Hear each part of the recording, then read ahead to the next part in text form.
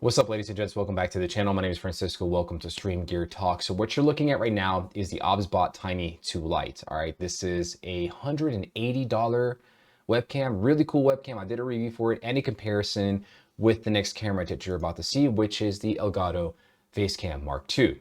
All right, this right here is a $150 webcam, and these are really great webcams. I really like them. They are fantastic. I think they both have really good things going for them, for the OBSBot camera and as well for the Elgato camera over here.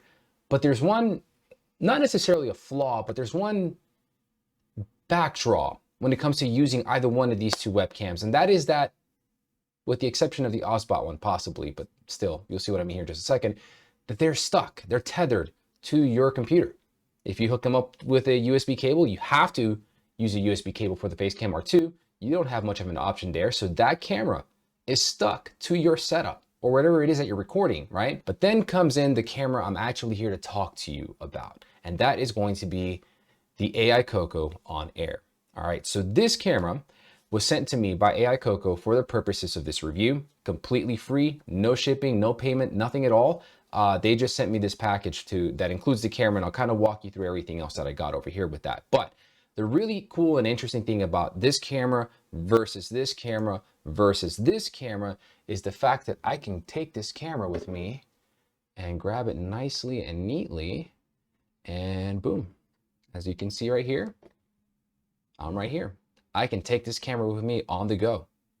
I don't have to be stuck at my setup right here. I don't have to sit here in this room the entire time I want to record this, because let's assume, or let's pretend I want to go outside maybe and record some content out there.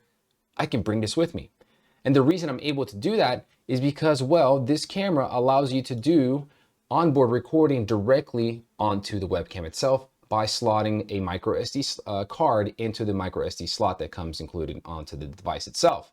Now, what's also really cool that I enjoy about the camera is we do have a preview screen built in right there into the camera itself. And of course, you can see the camera lens over here. So if I want to record myself like this, right, I'm talking to the camera right now. This is the view that you're looking at right here. But then let's pretend I want to capture what's on the other side. I simply flip it over just like that. And so now what you're looking at is the camera's perspective looking ahead, whatever you want to call that. I don't know what the technical term is here. And then if I ever want to switch it back, boom, I'm right back here again.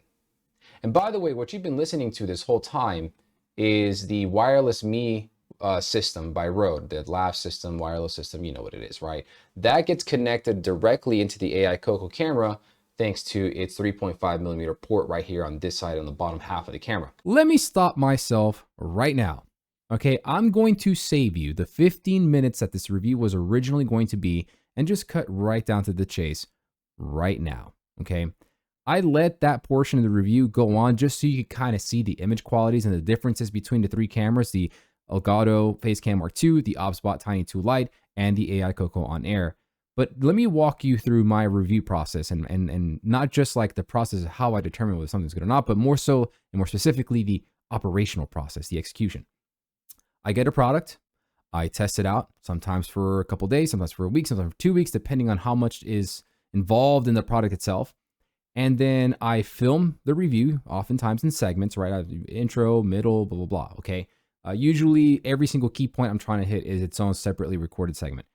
Then I upload everything into DaVinci Resolve, I cut it down, I edit it, etc.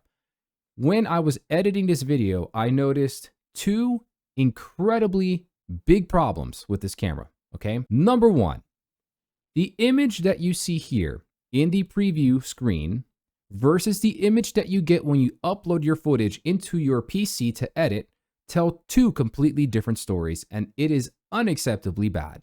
It's just really, really, really bad.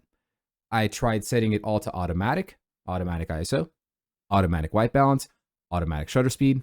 I tried manually setting everything, and every single time, what I got here was vastly different from what I got when I exported it and uploaded it to my computer to then edit. So that's big, huge problem number one. The other problem is that when I went outside, all right, I'm going to play the clip right now just so you can hear what I'm talking about here. I've also went ahead and adjusted the ISO and the shutter speed, which you can do in-app, which is fantastic. The microphone right now is set to omnidirectional, so you can set it to capture the front, the rear, or omnidirectional, which captures both front and rear. When I went outside, did you hear the hum, the buzz, the weird noise in the audio when I used the onboard microphone here? You see, with this camera, you have 3 different options for your microphone. You can use the front, the rear, or you can use it as omnidirectional. What I suspect is that this camera doesn't have 3 different microphones. I instead suspect that it has one microphone and you just changed the polarity of the microphone, which is fine, except the fact that it introduces some weird ass humming, buzzing, and electrical weird noise feedback kind of crap. When I first recorded that outside session, I came back inside, did my summary, uploaded everything into DaVinci Resolve. I thought that because when I was outside, I still had my Rode Wireless Me transmitter on my shirt, tucked underneath it, and I still had it powered on. I thought this introduced some noise into this, but that is not the case. Because when I came back inside to record the final summary, the conclusion of the video, I had turned this off, taken it off, put it right here in front of my desk, right behind my keyboard, and I continued to use the microphone on this camera, and I still got that same exact noise. Whether it was in omnidirectional, whether it was front, whether it was rear, it didn't matter. The other really weird thing is that when I first started using this camera, just testing it out on my own without recording anything for it, I forget what setting I had. It was not omnidirectional. It was either front or it was rear. I was absolutely floored by how incredible it sounded. When I used it in that moment in time, the microphone on this camera literally caught the depth of my voice as if I was using some sort of a dynamic microphone, taking advantage of the proximity effect. It sounded that good. And now it just doesn't. It's like it decided to take some PTO and just never come back to fucking work. I don't know what happened here. It's crazy.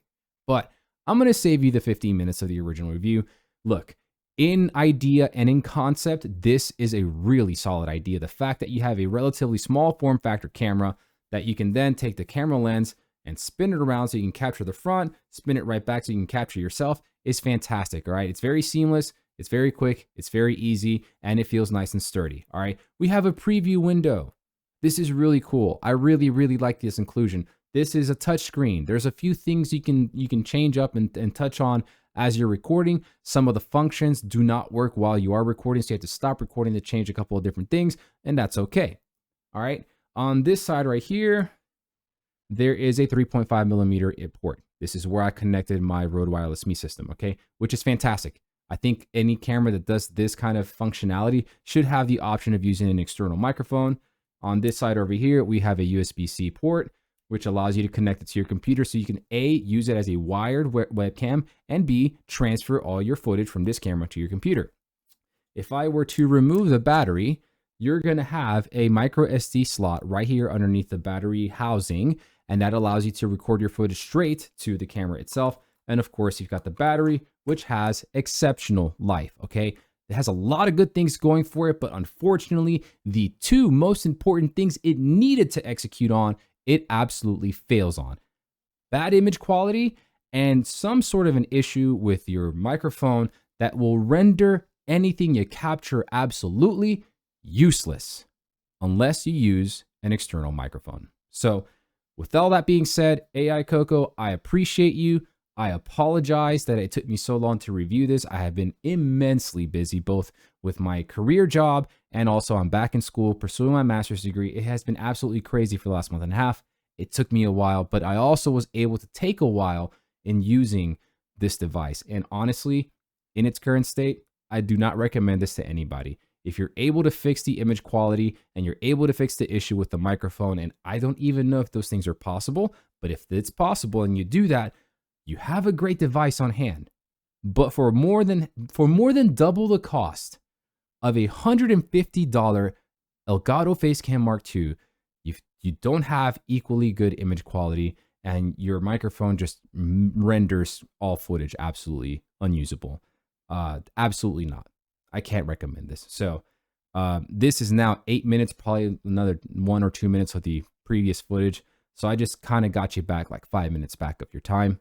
Thank you for watching the video. I appreciate y'all. Y'all have a great day. Be good to yourselves. Be good to one another. Peace out.